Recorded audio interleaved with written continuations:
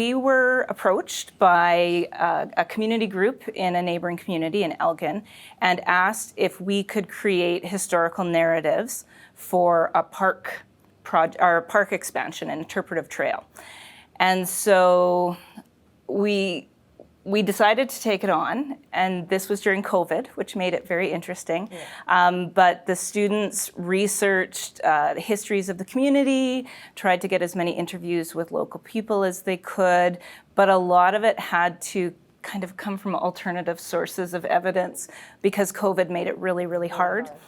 So we partnered with the local museum, and that was where we got our starting point, and then tried to make interviews around it because they were available to us maybe when interviewing older people was not. So I teach the history section, so my portion of the project really was research and evidence and multiple sources of evidence, as well as modeling how to work with different forms of evidence, how to do oral histories. And then we also, I connected with a local history organization and asked one of their writers to model for the kids his writing process. And we used that as an example of how you could tell a historical story with evidence. Yeah. So that was my part, the history part. So the ELA part falls in where after Tracey and I talked about how the project was going to look and what kind of skills the kids were going to need in order to tell these stories, write these stories, I geared my overarching theme for the semester as storytelling. So we looked at what is storytelling. We looked at the ethics of storytelling. We dove into memoirs, and we did a class memoir, and we looked at the format of telling a story. What was the important message that was coming from the author? How do I tell that? How do I respect that? How do I put that on paper?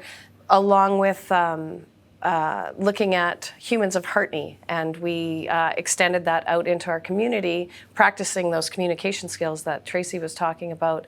How do I interview somebody without making them feel like they're being interrogated, and more allowing them the space to be able to tell the story that's important to them.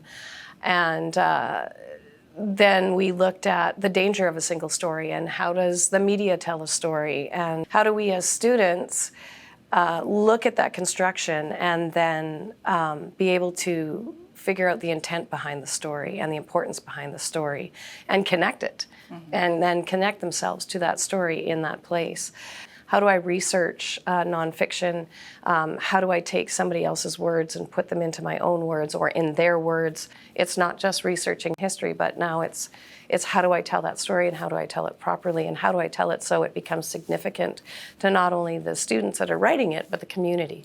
Right? I don't know if you want to. Well, I was going to say, I think one of the things that came out quite quickly for the students and for us was they realized that people were sharing things that were very important to them, and they had to do it justice. Yeah. And so, there was a lot of time kind of spent on how do I connect the story to evidence, but then how do I tell it in a way that's fair to what the person was sharing with me. And we talked a lot about how it was a gift and it came with a big responsibility, and they really wanted to get that right. Yeah. And I think that was why that's why the project became so big and so important, was that they wanted to leave something for the community that they felt they'd done justice to what the community had given them. Yeah. And I think that was a big part of it. Yeah, a lot of, they developed the pride in what they were doing because they were proud of these stories and excited about these stories that they're hearing. And so now I have the chance to tell the story to a community, extended in different ways. And the kids just feel like now they're a part of that. Mm-hmm. They've left a legacy behind, right? So now all of a sudden that connection between English and history and their community has come together, and just the significance that history, the history that your place brings and the people bring to it, and just knowing where you're coming from. And it goes back to Tracey was talking about that identity. How do you possibly know who you are if you don't know where you came from?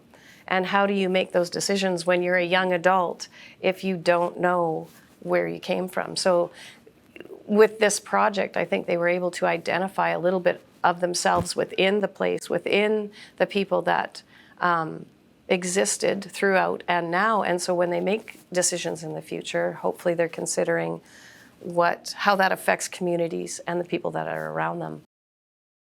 We don't have any colleagues in our same subject area here, so I don't have another history teacher, you don't have another ELA teacher, No. and so we work together a lot just so we can collaborate. And because we both had experience in both English and history and social studies, we've done a lot of projects. So any opportunity that I have to work with Tracey or collaborate with her on a project is always an awesome experience for us and the students. So this was a great one.